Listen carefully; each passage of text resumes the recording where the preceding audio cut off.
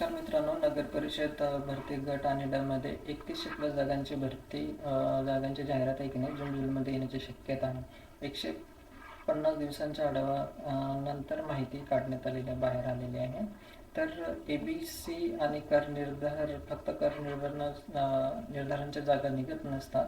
हे 8 संवर्गाच्या एकदा जागा निघतात.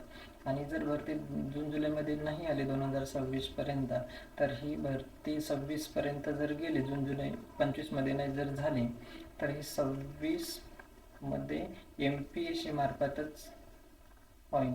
कारण TCS आणि IBPS यांचा कॉन्ट्रॅक्ट 2025 डिसेंबरपर्यंत संपायला आणि संपलं पाहिजेत. 1000 रुपये भरून नाही ना, खूप मुलं कदरून गेलेले आहे.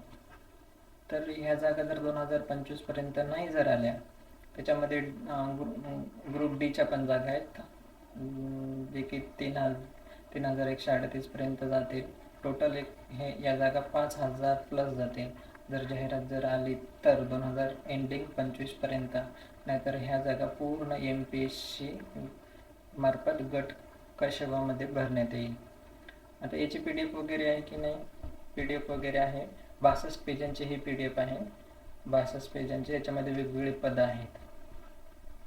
तर ही तुम्हाला PDF ची आवश्यकता जर असेल तर मी आपल्या टेलिग्राम चॅनलला टाकून देईल, की तुम्ही बघून घ्या.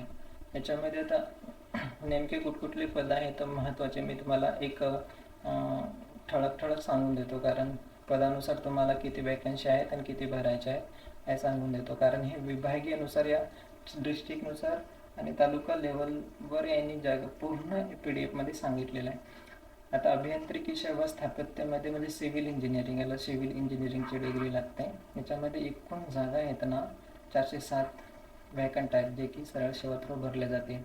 याच्यामध्ये कर निर्धारण आणि प्रशासकीय सेवा हे पद खूपच IMP आहे, इम्पॉर्टंट आहे. कारण हे पद आहे की नाही, हे पद आहे ना कुठल्याही ग्रॅज्युएशन झालेल्या मुलांना भरता येते. प्लस त्याला MSCIT लागते. हे कुणालाही पण भरता येतं. याचे 710 जागा व्हॅकंट दाखवत आहेत. पण याच्यामध्ये 500 जरी जागा निघल्या ना तरी पण खूप बरं होईल. कारण खूप मुलं या जागेची वाट बघत आहेत.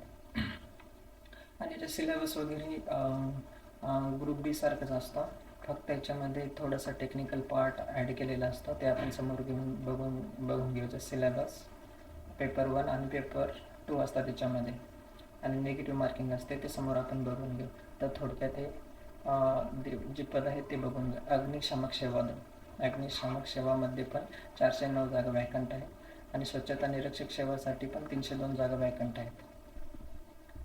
अभियांत्रिकी याच्यामध्ये IT साठी, कारण बरेच मुलं पण IT दिवसापासून जागा निघाल्या आहेत. तर हे एक सुवर्ण संधी असू शकते त्यांच्यासाठी. 71 जागा त्यांच्यासाठी वॅकंट आहेत. लेखापाल आणि लेखापरीक्षक या पदासाठी आहे की नाही तुम्हाला BCom लागतं. वाणिज्य शाखेतील तुम्हाला ग्रॅज्युएशन लागतं, BCom किंवा MCom लागतं. याच्या जागा 196 वॅकंट आहेत. अभियांत्रिकी सेवा विद्युत इलेक्ट्रिक याला इंजिनिअरिंग लागते. याच्या 42 जागा वॅकंट आहेत. एवढ्या जरी आल्या तरी खूप आहे. अभियांत्रिकी सेवा पाणी पुरवठा आणि मलनिःसरण स्वच्छता याच्यामध्ये 51 जागा आहेत. हा पद खूप इम्पॉर्टंट आहे. काही काम नसतं याच्यामध्ये, फक्त इकडं तिकडं एक्झिक्युटिव्ह सारखं फिरायचं असते आणि त्यांना सांगत राहायचं. आता याच्यामध्ये जे कर निर्धारक आणि प्रशासकीय सेवेसाठी जे पद येणार आहे ना, हे पद खूप इम्पॉर्टंट आहे. कारण 2023 नंतर 24 मध्ये काही जागा निघाल्या नाही. तर हा पद खूप इम्पॉर्टंट आहे. तर याचा आपण सिलेबस थोडंसं बघून घेऊ. हे महाराष्ट्र नगर परिषदेच्यामध्ये 2023 मध्ये ज्या वॅकन्सी निघाल्या होत्या त्यानुसार जे सिलेबस त्यांनी दिला होता त्यानुसार आपण थोडंसं त्यांची माहिती बघून घेऊ.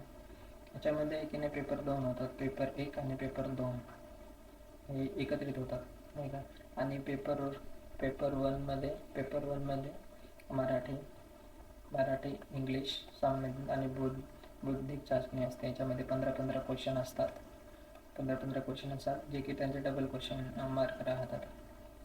70 त्यांचा मिनिट कालावधी राहतो आणि वस्तुनिष्ठ बहुपर्याय राहते. एकूण पेपर जे आहे ते 60 मार्कांसाठी असते, जे की 120 मार्क. आणि जो टेक्निकल सब्जेक्ट आहे तो 40 मार्कासाठी राहतो. आणि डबल असल्यामुळे एका प्रश्नाला 2 मार्क राहतात. तर 80 पदवी लेवलचे त्यांची काठिण्य पातळी राहते. आणि बहुपर्याय 50 मिनिटं तुम्हाला वेळ मिळतो पेपर 1 आणि पेपर 2. याच्यामध्ये निगेटिव्ह मार्किंग आहे. याच्यामध्ये निगेटिव्ह मार्किंग 1/4 आहे. 1/4 25%.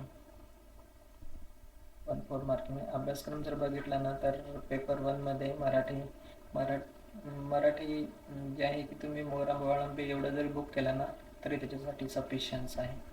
इंग्लिशसाठी बाळासाहेब शिंदे. इंग्लिशसाठी जर बघितलं ना तर बाळासाहेब शिंदे सरांचा बुक सफिशियंट आहे. सामान्य ज्ञानामध्ये जे कॅटेगरीज पडल्या, भारताचा आणि महाराष्ट्राचा इतिहास, महाराष्ट्राचा आणि भारताच्या इतिहासामध्ये समाधान महाजन सरांचा बुकामधून कव्हर होऊन जातं. भूगोलाचं जर बघितलं सौदी किंवा तात्या सरांमधून टोकळामधून कव्हर होतं. पण मी सौदी रेफर करेल, कारण याच्यामध्ये पूर्ण जेवढं पण सिलेबस समोर समजेल तुम्हाला दिलेलं आहे ते पूर्ण याच्यामध्ये कव्हर होऊन जातं. इकॉनॉमीसाठी देसले सर. आणि पॉलिटीसाठी म्हटलं तर आपलं भगीरथ प्रकाशनचं पण बुक आहे, त्याच्यामधून पण कव्हर होता.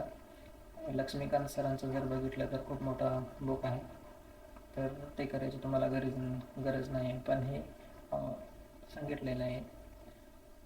लक्ष्मीकांत जर केलं तर कुठलेच क्वेश्चन तुम्हाला याच्यातून स्किप होणार नाही. चालू घडामोडी जर बघितलं तर परिक्रमा आणि इयरबुकमधून ते कम्प्लीट होऊन जातात. पर्यावरणासाठी तुम्ही शंकर आयश किंवा तुषार घोरपडे सरांचा यूज करा, तेवढं सफिशियंट आहे. पेपर त्याच्यामध्ये बुद्धिमत्तेसाठी तुम्ही कुठलंही एक बेसिक क्लास किंवा नोट्स जरी वापरला ना तरी ते कम्प्लीट होऊन जातं. पेपर 2मध्ये तेच सब्जेक्ट आहे पण खोलवर विचारलेले जातात. त्याच्यामध्ये महाराष्ट्राचा भूगोल जे की सौदी सरांमधून पूर्ण कव्हर होऊन जाते. याच्यामध्ये जे ही माहिती आहे की नाही ही NCERT-मध्ये दिलेली आहे खूप चांगल्या पद्धतीने, त्याच्यामधून कव्हर होऊन जाते. हे मानववसाहत हे पाठ पण सौदी सरांमधून कव्हर होऊन जातात. नागरीकरण पण होऊन जातं. पर्यटन पण सौदी सरांमध्ये खूप चांगलं दिलेलं आहे. महाराष्ट्रात इतिहास पण पूर्ण समाधान महाजन सरांच्या बुकमधून कव्हर होऊन जातं. लक्ष्मीकांतमधून पूर्ण तुमचं जे भारतीय राज्यघटना वगैरे आहे याच्यामधले पूर्ण हा पोर्शन त्याच्यामधून कव्हर होऊन जातं. आता हे जे जिल्हा प्रशासन वगैरे आहे याच्यासाठी जे लक्ष्मीकांतमध्ये आहे, पण दुसरं बुक आहे याचं गव्हर्नन्स म्हणून आहे. याच्यासाठी तुम्हाला लवटे सर जरी तुम्ही यूज केला ना तरी सफिशियंट आहे. लवटे सरांचा बुक हे लक्ष्मीकांत सरांमधून कव्हर होऊन जातं. कामगार कल्याण अध्ययन हे HRDचा थोडंसं पार्ट आहे याच्यामध्ये, कारण टेक्निकल आहे ना दुसरा पेपर, त्याच्यामुळे तुम्हाला थोडी जास्त मेहनत करावी लागणार. आणि जे हे 3 कायदे वगैरे आहेत हे दिलेले आहे. हे 3 कायदे लवटे सरांच्या कायदा बुकमध्ये खूप चांगल्या प्रकारे लॉ बुकमध्ये PSIच्या सगळं हे दिलेलं आहे. त्याच्यामध्ये तुम्ही कव्हर करू शकता. त्याच्यामध्ये संगणकासाठी सरांचे नोट्स खूप चांगले आहे, किंवा बसके सरांचं जर यूज केलं तर खूप सफिशियंट आहे त्यासाठी. आणि इकॉनॉमीसाठी तर महाराष्ट्रामध्ये सध्या देसले सरांच्या बुकाला चॅलेंज नाही आहे. त्याच्यामध्ये सगळे पोर्शन तुम्ही कव्हर करू शकता. सार्वजनिक वित्त पण त्याच्यामध्ये खूप चांगल्या पद्धतीने शिकवलेलं आहे. तर ही अपडेट तुम्हाला द्यायची होती. तर लवकरच ॲड येईल आणि 2025 डिसेंबरपर्यंत नाही जर आली ही ॲड तर 26मध्ये जर गेली तर तुमच्यासाठी खूप चांगलं होईल. कारण MPSC थ्रू ही एक्झाम घेण्यात येईल. आणि MPSC म्हटलं तर कुठलाही पेपर लीक आणि फुटण्याचा काही विशेष नाही येणार. आणि फी म्हटलं तरी खूप माफक फी राहते. 1000 रुपयामध्ये तुम्ही 2 तरी ॲटलीस्ट 3 तरी फॉर्म भरू शकता MPSCमध्ये. हीच माहिती तुम्हाला द्यायची होती. ठीक आहे, थँक्यू. आणि आपला व्हिडिओ तुम्हाला इन्फॉर्मेटिव्ह वाटलं तर लाईक आणि सबस्क्राईब करायला विसरू नका. थँक्यू.